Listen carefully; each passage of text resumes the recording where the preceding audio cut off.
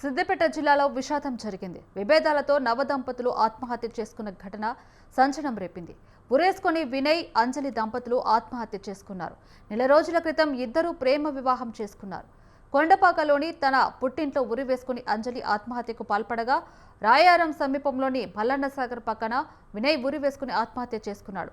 దంపతుల మధ్య గొడవకు సెల్ ఫోన్ కారణమని అనుమానాలు వ్యక్తమవుతున్నాయి. పోలీసులు కేసు నమోదు చేసి దర్యాప్తు చేపట్టారు.